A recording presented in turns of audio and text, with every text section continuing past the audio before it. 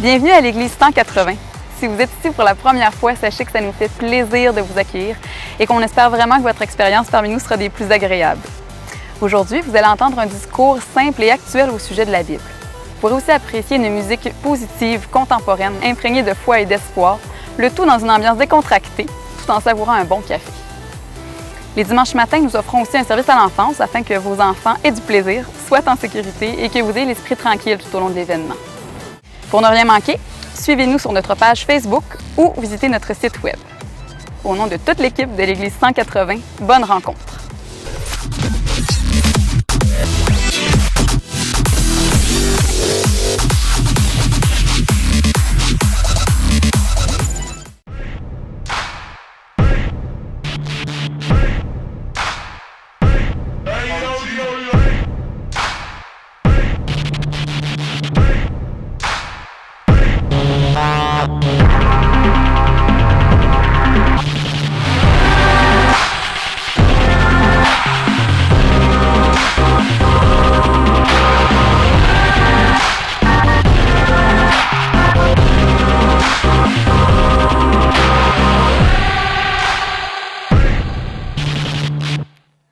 Bonjour 180, est-ce que vous allez bien?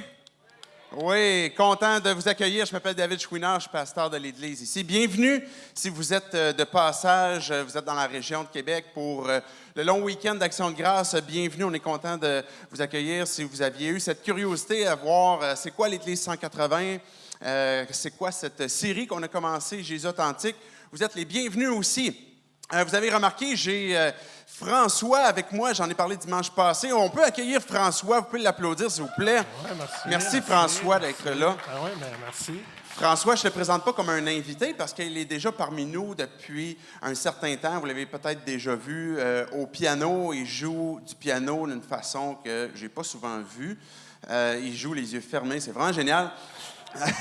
Et François est plus qu'un musicien. François est une personne qui, évidemment, qui aime le Seigneur, qui aime Jésus, ce Jésus pour lequel on est passionné ici à l'Église 180. Et aussi, François a cette aspiration pour les Écritures et puis ce partage, je peux dire, de ressources, ce partage d'héritage qu'il a reçu pour contribuer à une équipe pastorale. Et ce matin, je vous présente François comme quelqu'un qui se joint à l'équipe pastorale, à notre équipe de l'Église 180, pour apporter un soutien dans l'aspect de formation de disciples. Donc, vous allez voir à l'occasion François, un peu comme vous avez vu Daniel, vous allez le voir prêcher, mais il est aussi disponible pour accueillir, il accueille déjà présentement, et puis on veut en faire la promotion pour son groupe Connexion, qui est le mercredi à 19h. Donc, si vous avez noté, par exemple, vos noms, vous auriez dit, j'aimerais ça comme aller dans un groupe Connexion. François, sa femme Diane sont dans le secteur de Sainte-Foy. Ils sont contents de vous accueillir si vous voulez vous inscrire pour aller dans leur groupe. Et aussi, François va contribuer à des cours pour justement la formation de disciples. Ça pourrait être sur éthique chrétienne, ça pourrait être sur un livre de la Bible comme Romains, 1 Corinthiens, etc. Donc, c'est cet apport qu'il va avoir avec nous pour la formation de disciples. Donc, ce matin, François nous apporte la partie numéro 3 de Jésus authentique qu'on est en train de voir depuis déjà 2 semaines. Et qui est ce Jésus? Donc, François, à toi la parole. Bien, merci Dave, merci. Je vais être juste en bas pour lire tes textes. Excellent, excellent. Merci. Bien, bon matin. Il y en a qui me connaissent, il y en a qui ne me connaissent pas. Je ne vous ai pas tout vu, évidemment. C'est ça, ce matin, je vais commencer par me présenter un peu rapidement. Il va y avoir mon témoignage, je vais donner mon témoignage le 16 octobre. David, je pense que ça va se passer chez Lénado. Oui, c'est ça, exactement. Mais bref, moi, ça fait 5 ans que j'ai reçu l'appel de Dieu dans ma vie, à 37 ans dans le fond. J'ai vécu ma conversion. Fait que depuis ce temps-là, j'ai tout reviré, ma vie de bord, ma façon de penser, etc. Et je dois vous avouer que c'est quelque chose d'assez extraordinaire. Ça dépasse l'entendement humain. Et ce matin, c'est un grand privilège pour moi d'apporter cette parole. on vit de nos jours dans une société dite post-moderne. Qu'est-ce que ça veut dire, le post-modernisme? En fait, c'est parti de l'art. Quand les peintres ou les musiciens dessinaient des toiles ou composaient des œuvres musicales, à un moment donné, il est arrivé des critiques et des gens, puis ils ont eu une idée, ils ont dit, bon, on déconstruit tout ce qu'on a appris avant, puis on le fait d'une façon différente. C'est-à-dire, admettons que vous prenez un beau tableau, là, admettons, là, je sais pas, là, la petite maison dans le champ avec le petit coucher de soleil, là, c'est tout beau, c'est tout organisé, c'est réfléchi, etc., etc. Là, on a dit non, on pogne le pinceau, on te beurre ça n'importe comment, puis on va regarder ce que ça donne. Donc, on rentre dans une déconstruction des valeurs, des choix qui nous ont précédés. Et ça a donné après ça, moi je l'appellerais une religion, vous allez comprendre pourquoi, l'individualisme. Quand on regarde la définition de l'individualisme dans le dictionnaire Larousse, c'est une doctrine. Une doctrine, c'est un enseignement ou c'est quelque chose que l'on croit. Et cette doctrine-là, sa définition, ça a un impact sur la politique, la société, la philosophie. Et quel est cet impact-là? C'est qu'on a choisi de mettre en avant les valeurs de l'individu à la place de mettre en avant les valeurs d'un groupe. Donc là, on se ramasse aujourd'hui dans cette société-là, dans un Québec hyper riche, hyper endetté, oui, mais on est un pays qui a beaucoup de richesses, beaucoup de choses, beaucoup de possibilités. On a un filet social incroyable, mais on a un problème. Plusieurs, mais on a un problème en particulier. C'est que là, on se ramasse. Tout le monde veut décider pour lui-même. Tout le monde veut faire sa vie. Tout le monde veut choisir. Et on veut tellement choisir que les valeurs sur lesquelles notre pays a été fondé, on veut les enlever. On veut les arracher. Parce qu'il y a quelque chose qui nous graffigne. Qu'est-ce qui nous graffigne? Qu'est-ce qui vient nous chercher tant que ça? Pourquoi on ne veut pas garder ces valeurs-là? Puis, je dis, on ne veut pas les garder, mais vous allez voir, à mesure qu'on va avancer, on n'est pas capable de s'en débarrasser, même si on veut les tasser. J'aimerais vous donner un exemple. Il y a 2 semaines, j'étais avec mon épouse Diane, on se promenait, on marchait, puis là, on rencontre des gens. Puis souvent, ma femme est très, très PR. Là, elle voit quelqu'un, là, puis elle arrête, elle parle, puis là, blablabla, puis là, ça se met à parler. Puis, à un moment donné, on est dans un parc proche de chez nous, puis il y a une dame qui a immigré au Québec. Ça fait 30 ans qu'elle est ici, 38 ans, je pense. Et c'est une Algérienne. Et là, on commence à discuter, on commence à parler. Et là, on tombe sur un sujet très, très, très intéressant. La liberté. Oh, j'ai dit, madame, c'est un sujet assez intéressant, la liberté. Elle dit, oui, elle dit, c'est intéressant. Puis là, elle nous raconte un petit peu sa vie. Tu sais, bon, elle est arrivée ici, elle a eu 3 enfants, elle était mariée, elle s'est divorcée, etc., etc. Donc là, ma femme, il pose la question, la fameuse question, « Êtes-vous croyante? » Oh! Aïe, aïe, aïe, aïe. Là, ça part. Elle dit, « Moi, je suis croyante, mais j'ai évolué. » Ah! Fait que là, tu comprends bien, moi, ça fait cling, cling, cling, cling, cling, cling, cling, cling. Fait que là, je trouve ça intéressant. Elle dit, ah, OK. Fait que là, elle dit, moi, je crois en Jésus. Jésus est venu, mais c'est un homme bon. qui avait des belles valeurs, qui était très sage et qui a révolutionné l'humanité. Fait que là, OK, j'écoute ça. Puis là, elle continue. Elle dit, moi, vous savez, je suis croyant, mais pas comme vous. Moi, je crois plus du côté bouddhiste. Je crois en la réincarnation. Là, je dis, OK, je peux-tu vous poser une question, ma chère dame? Elle dit, bien, certainement. Puis c'était le fun parce que la dame, là, super articulée, une dame d'âge mûr, admettons 63, 64 dans ce coin-là, là, c'était vraiment intéressant. Puis là, elle dit moi, la réincarnation, là, je crois en ça parce que à chaque fois qu'on revient dans une vie, ça nous permet de nous nettoyer, de payer pour ce qu'on a fait, de passer à une étape plus élevée, etc., etc. J'ai dit, OK. J'ai dit, dans votre première vie, pourquoi il a fallu que vous payiez des choses? Qu'est-ce que vous devez payer? Pourquoi vous avez besoin de payer pour des choses? Vous êtes responsable, vous êtes coupable de quoi?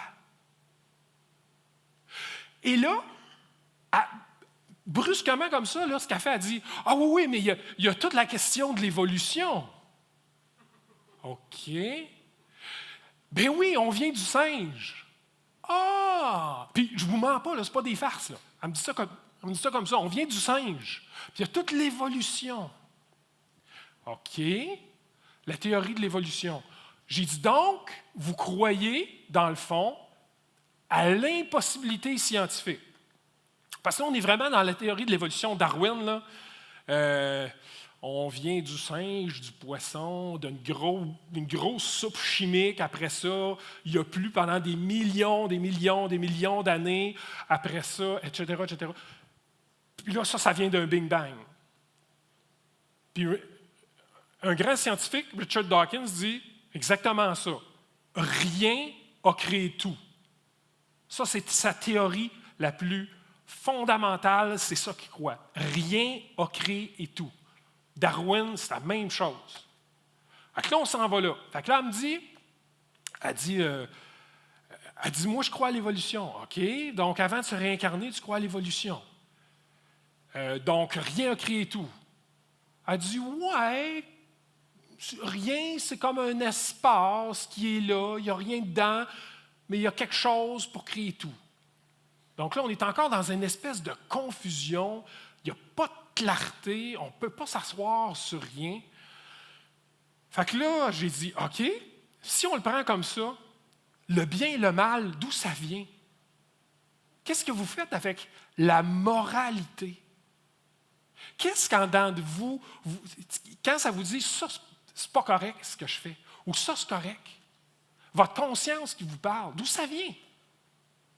Ah, ben là, elle me dit, ça, c'est le yin puis le yang. Donc, pour avoir du bien, tu n'as pas le choix, il faut qu'on ait du mal.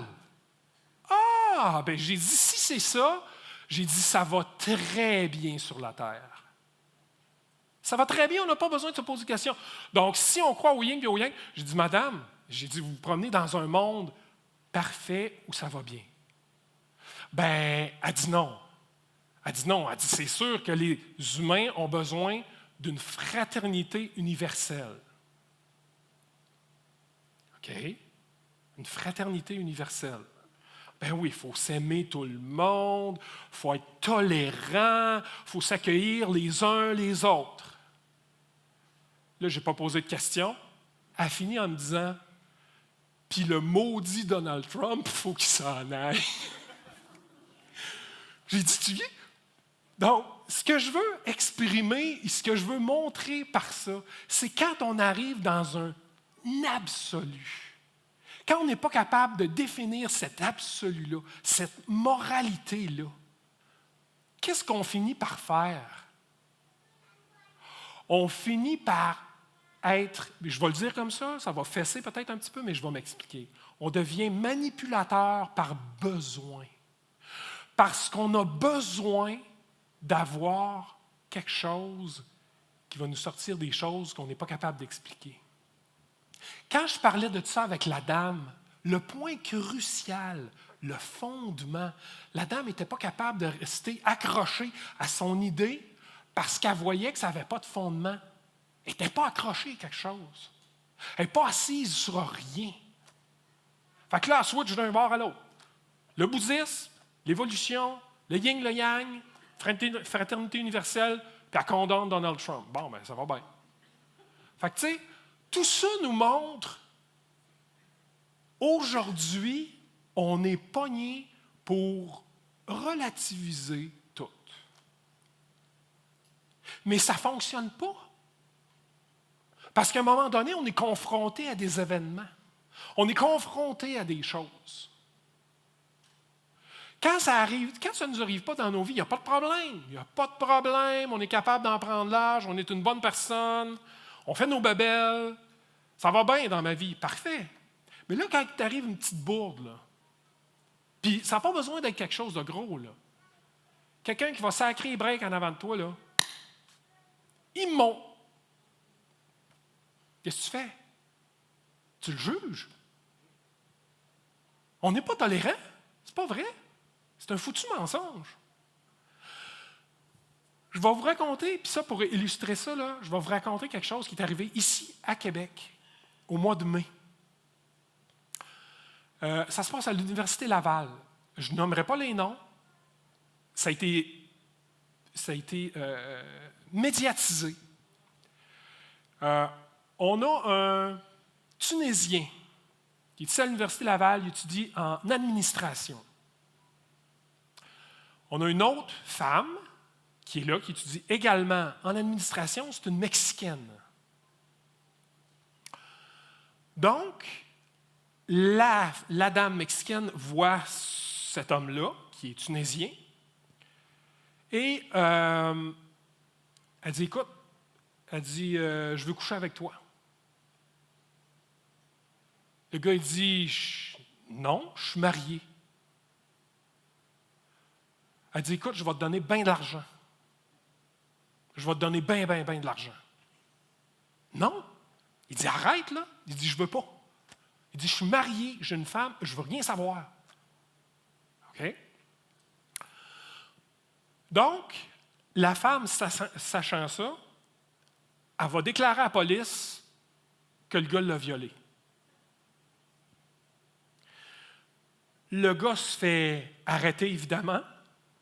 Il est allé quelques semaines en prison parce que, évidemment, des accusations là, comme ça sont très graves. Jusqu'à temps que l'avocat de monsieur ait pu démontrer que madame s'était faite elle-même elle s'était tapée, elle s'était arraché des cheveux, elle s'était blessée elle-même. Jusqu'à temps qu'il n'ait pas trouvé ça, là, on l'avait mis en prison, on a sali son nom. Et aujourd'hui, le gars, là, la police va lui donner 100 000 $, l'université 200 000.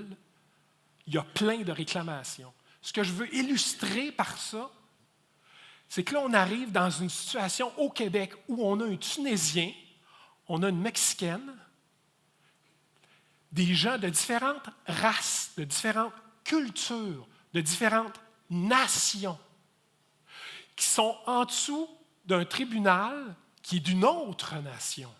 On est au Québec. Le gars a porté plainte, il a réussi à prouver que la fille avait fait des choses pas correctes. La fille, elle a fait quoi? Elle a monté un faux témoignage. Elle a sali son nom. Et un des commandements dans la Bible va dire, tu ne feras pas de faux témoignages. Et ça a été rendu public. Le gars a gagné. Le gars a réussi. Il a été dédommagé pour ça. Le gars, il s'est fait salir par les policiers, par les juges, par l'université. Ils l'ont sacré dehors sans vérifier avec les préalables, voir si le gars avait raison, si c'était vrai qu'il n'avait rien fait ou c'était madame qui inventait quelque chose. Ce que je veux relever par là, c'est que la moralité ici, l'absolu moral, il est inscrit dans le cœur de l'être humain. on ne peut pas l'enlever. On ne peut pas se séparer de ça. C'est inscrit en nous. D'où ça vient? C'est quoi cette moralité-là?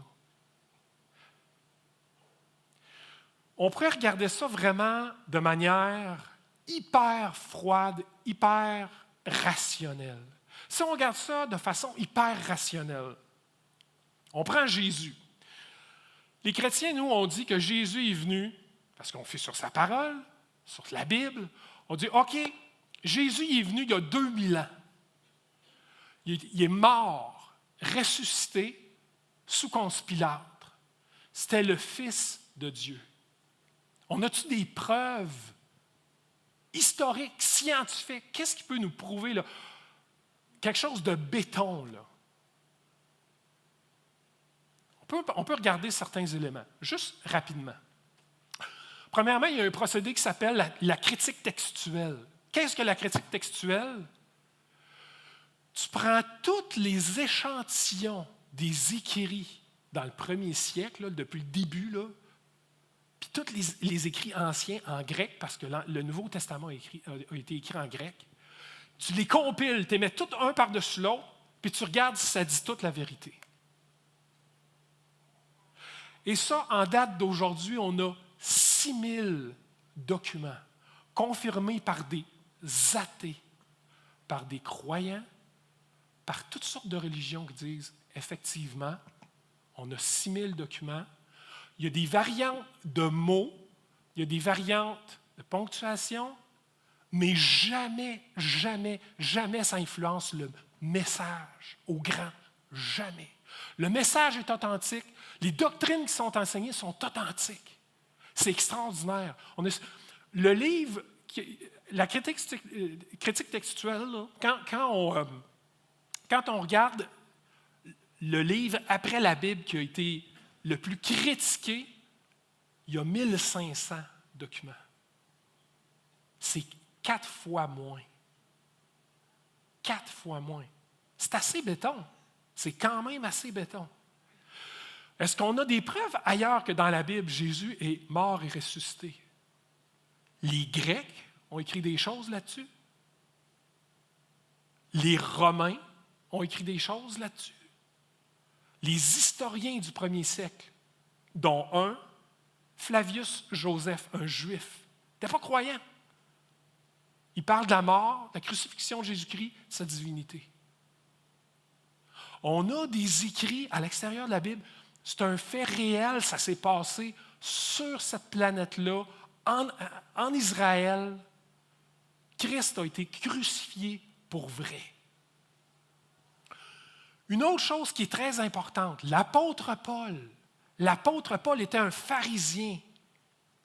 Il appelait les chrétiens des gens qui faisaient partie d'une secte.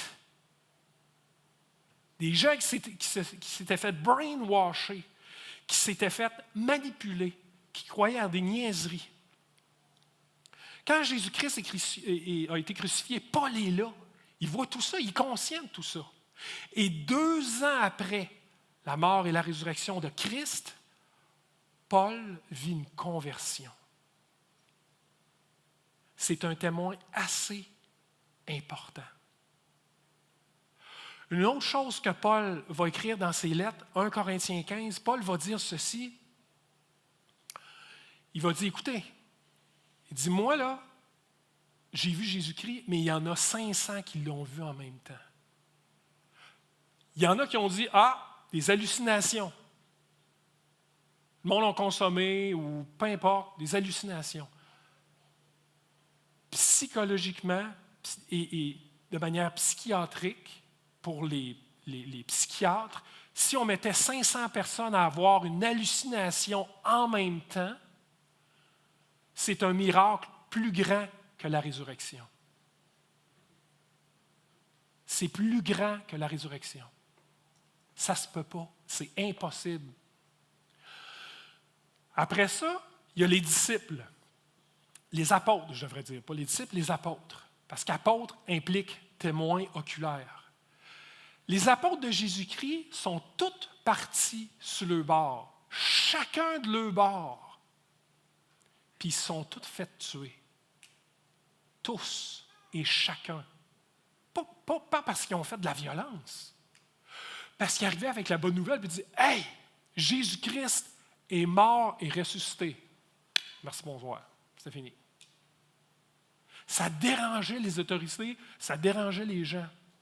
L'apôtre Thomas, on a encore des vestiges aujourd'hui en Inde. Quand il débarquait en Inde, il a fondé une église, New Delhi. L'église est encore là. Le bâtiment est là. Saint Thomas Church. C'est encore là, c'est encore vivant aujourd'hui. Ça parle encore de Jésus-Christ. Fait que, si on le regarde de manière rationnelle, c'est pas suffisant pour croire. Si vous ne croyez pas, vous dites, bon, ben, coudonc, c'est bien beau, mais qu'est-ce qu'on fait avec ça aujourd'hui? Comment ça nous touche? Comment ça nous touche? Ça nous touche, ça va bien. Comment ça nous touche, ça, aujourd'hui?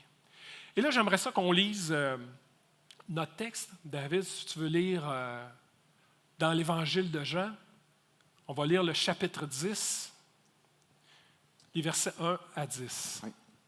En vérité, je vous le dis, celui qui n'entre pas dans l'enclos des brebis par la porte, mais s'y introduit par un autre endroit, est un voleur et un brigand. Mais celui qui entre par la porte est le berger des brebis. Le gardien lui ouvre et les brebis écoutent sa voix. Il appelle par leur nom les brebis qui lui appartiennent et il les conduit dehors. Lorsqu'il les a toutes fait sortir, il marche devant elles et les brebis le suivent parce qu'elles connaissent sa voix. Elles ne suivront pas un étranger, mais elles fuiront au contraire loin de lui parce qu'elles ne connaissent pas la voix des étrangers. Jésus leur dit cette parabole, mais ils ne comprirent pas de quoi il parlait. Jésus leur dit encore, en vérité, je vous le dis, je suis la porte des brebis. Tous ceux qui sont venus avant moi sont des voleurs et des brigands, mais les brebis ne les ont pas écoutés. C'est moi... Est-ce que tu veux que je lise le deux derniers versets? Oui, c'est bon. Okay. C'est moi qui suis la porte. Si quelqu'un entre par moi, il sera sauvé. Il entrera et sortira, et il trouvera de quoi se nourrir. Le voleur ne vient que pour voler, égorger et détruire. Moi, je suis venu afin que les brebis aient la vie et qu'elle l'ait en abondance. Merci. On voit ici, c'est le « je suis » où Jésus va le répéter 2 fois. C'est le seul « je suis » où Jésus répète 2 fois en ligne. Verset 7, verset 9, si je ne me trompe pas. « Je suis la porte ». Jésus ici fait référence à un type d'enclos. En Palestine, à cette époque-là, il y avait 2 types d'enclos.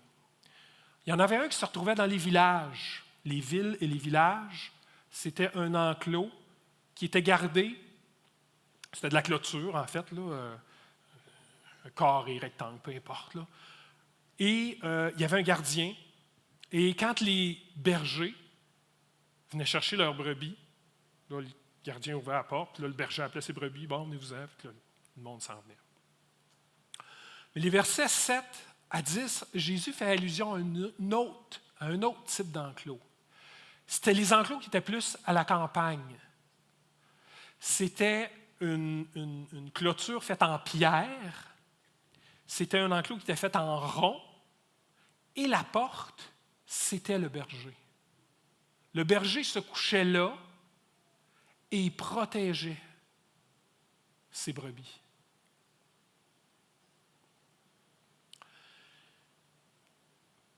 Cette porte-là, elle est tout, elle fait tout, elle agit partout dans tout. Reculons un peu, retournons dans la Genèse. Quand Dieu a créé l'homme, il nous a créés sur cette terre, il nous a donné le soleil pour nous réchauffer, la lune pour qu'on voit la nuit, les eaux, il nous a donné la nourriture, les animaux, il nous a donné tout. Et la dernière chose qu'il a placée sur cette création, c'est nous, c'est l'homme. On est la couronne de la création. Et quand l'homme était dans le jardin, l'homme avait une communion parfaite. On était en communion avec Dieu. On pouvait lui parler. On était dans la connaissance totale. Pourquoi? Parce qu'on écoutait sa voix. On écoutait ce qu'il nous disait. On était attentifs. Et là, il est arrivé un événement important. Évidemment, Satan qui est venu titiller. Satan vient, ce serpent ancien, ce dragon, en tout cas dans la Bible, il y a plusieurs noms, mais là, il vient, puis il est là, puis il dit à Ève, il dit, écoute, il dit, t'es sûr que Dieu t'a dit de ne pas manger tel fruit, tel arbre, là, telle patente? Es-tu sûr de ça, toi? Ben, Ève a dit, ben oui. Elle a dit, on peut manger de toutes les autres affaires, on peut faire ce qu'on veut. Le restant, mais il nous a dit juste demandé de ne pas prendre ça, de ne pas toucher à ça, de ne pas en manger. Satan, il dit, ben écoute, il dit, moi je suis sûr de mon coup, s'il veut que tu n'en prennes pas, c'est parce qu'il sait que tu vas devenir Dieu. Il sait que tu vas devenir Dieu. Ah, fait que là, Ève regarde ça. Elle se laisse tenter. Elle en prend, elle en mange, elle va voir Adam. Adam en prend, en mange. Puis là, leurs yeux s'ouvrent. Et qu'est-ce qu'ils ont fait? Quand leurs yeux se sont ouverts, ils ont vu, la première chose qu'ils ont vue, c'est leur nudité. Et qu'est-ce qui est venu après ça? La honte. On a besoin de se cacher. Puis la honte est toujours là. Est toujours à quelque part dans l'être humain. On ne peut jamais s'en départir. Il y en a qui vont être moins affectés que d'autres, oui. Mais la honte, la culpabilité est toujours là. Elle est sous-jacente, elle est toujours là, elle nous parle. Et qu'est-ce que Dieu a fait? Quand il est allé voir Adam, il n'a pas dit « Adam, qu'est-ce que tu as fait? » Non. Il a dit « Qui t'a dit que tu es nu? » Alors, qu'est-ce qui s'est passé? C'est qu'Adam a placé sa confiance sur autre chose. Il a placé son focus sur autre chose. Il a placé toute sa confiance, sa foi sur ce que son épouse y avait dit, puis son épouse sur ce que Satan y avait dit. Fait que ça a changé toute la patente. Aujourd'hui, en 2018, on se retrouve exactement avec ça. Parce qu'après ça, qu'est-ce qui est arrivé? Dieu a dit, écoute, moi je te place dans un jardin extraordinaire avec tout plein de bienfaits. Je te mets là. Puis je te dis de ne pas toucher à ça parce que ce n'est pas bon pour toi. Mais tu l'as fait. Fait que là, aujourd'hui, OK, parfait. Je te chasse d'ici. Tu n'as pas le droit de revenir dans le jardin. Fait que là, tu vas sortir du jardin, tu vas travailler la terre, tu vas te mettre à suer pour ton pain, tes légumes, toutes tes affaires, là, tu vas te mettre à travailler plus fort. Et qu'est-ce qu'il fait? Il ferme la porte du jardin. Le jardin est fermé. Cette communion qu'on avait avec Dieu, elle est fermée. Et quand Jésus-Christ dit « Je suis la porte », je suis la porte. Le seul moyen pour retourner à ce jardin, pour retourner à cette espérance, c'est passer par cette porte que Jésus-Christ est.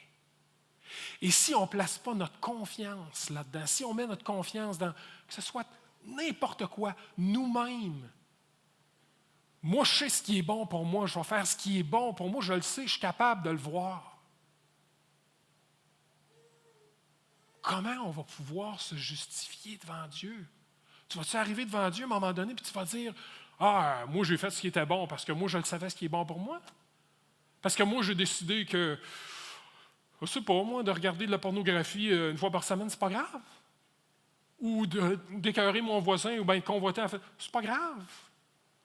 Ou de whatever. Ça prend un canal, ça prend un centre. Ça nous prend vraiment un pilier, un fondement. Et ce fondement-là, c'est uniquement par Jésus-Christ. Qu'on soit en 2018, en 1950, en 100 avant Jésus-Christ, en 100 après Jésus, peu importe, le message est toujours le même. Et quand on regarde des hommes, des prophètes dans l'Ancien Testament comme Moïse, c'était la même chose. Moïse a fallu qu'il fasse un choix de placer sa confiance en Dieu. Abraham a fallu qu'il fasse un choix de placer sa confiance en Dieu. C'est la même chose pour nous autres aussi. On a besoin de ça. Et mon souhait, honnêtement, là, ce qu'on a le plus de misère à faire aujourd'hui dans notre Québec, c'est de débarquer de nos principes ou de nos peurs. Si on dit qu'on croit en Jésus-Christ, qu'on s'approche de Jésus-Christ, vous allez vous promener ici dehors, vous allez dire ça à votre chum, à votre famille, aux gens qui vous entourent. C'est épeurant. C'est épeurant. Pourquoi? Parce qu'il y en a qui ne trouveront pas ça rationnel. Parce qu'il y en a qui vont trouver ça comme une béquille. Mais si ce n'est pas Jésus-Christ, c'est quoi qui explique la moralité? C'est quoi qui explique le bien sur la terre? C'est lui qui a créé tout ça. C'est lui qui nous donne tout ça. Puis Jésus dit, si une personne qui vient puis qui monte par la clôture, là, qui ne passe pas par la porte, c'est un voleur, c'est un brigand. Chacun de nous, on a à examiner nos motifs. Pourquoi on ne vient pas à Jésus-Christ? Si vous entendez le message ce matin, ou la semaine passée, ou prochainement, à chaque fois que vous entendez parler de Jésus-Christ, dites-vous que c'est un appel. Jésus-Christ vous appelle. Que vous soyez un nouveau croyant, que vous soyez un vieux croyant. On est appelé à venir à lui. Avec ce qu'on a, avec ce qu'on est. Parce que tout ce qu'on a, c'est lui qui nous l'a donné. La capacité de réfléchir, la capacité de parler, d'écouter, d'aimer, ça ne vient pas de nous.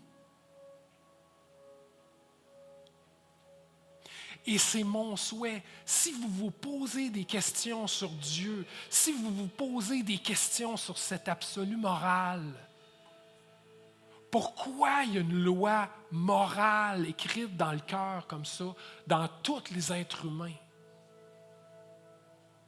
D'où ça vient?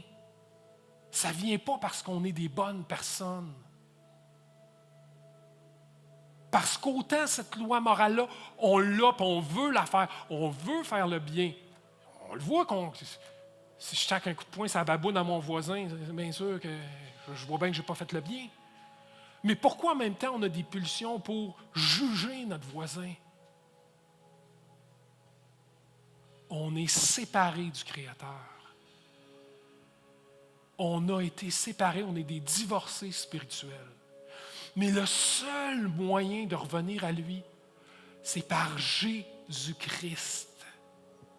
Il nous a aimés malgré ce qu'on a pu faire.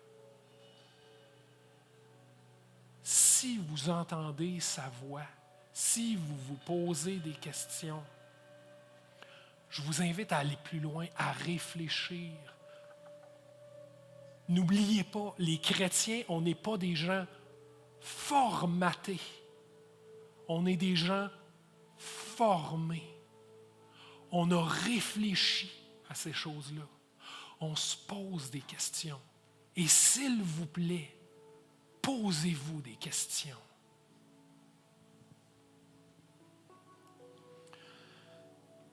Père éternel, c'est ta parole qui a été prononcée ce matin. Tu es un Dieu grand, tu es un Dieu puissant. On a choisi d'aller vers nos idoles, nos choix personnels. On a choisi de faire à notre tête. On le fait encore, Seigneur Dieu. mais que ton esprit puisse venir nous chercher où on est, dans les problèmes, dans la honte, même dans la joie. Si ça va bien dans notre vie, Père, viens nous chercher. On a besoin de ta présence. On a besoin de toi. Et que tu puisses agir, Seigneur Dieu, puissamment dans la vie de tous et chacun ce matin, pour qu'on revisite nos motifs, notre cœur. Viens nous chercher, Père, viens nous parler. Au nom de Jésus-Christ, amen. Si vous voulez, on va louer un moment d'adoration. Si vous n'êtes pas accoutumés, c'est un moment où on rend grâce à Dieu, on rend gloire à Dieu, on remercie Dieu pour ce qu'on est, pour ce qu'on a. Donc, vous pouvez danser, vous pouvez chanter, vous pouvez lever vos bras, vous pouvez pleurer si vous avez besoin. Je vous challengerai ce matin, soyez authentiques. Soyez vrais avec Christ. C'est exactement ce qu'il veut. Amen.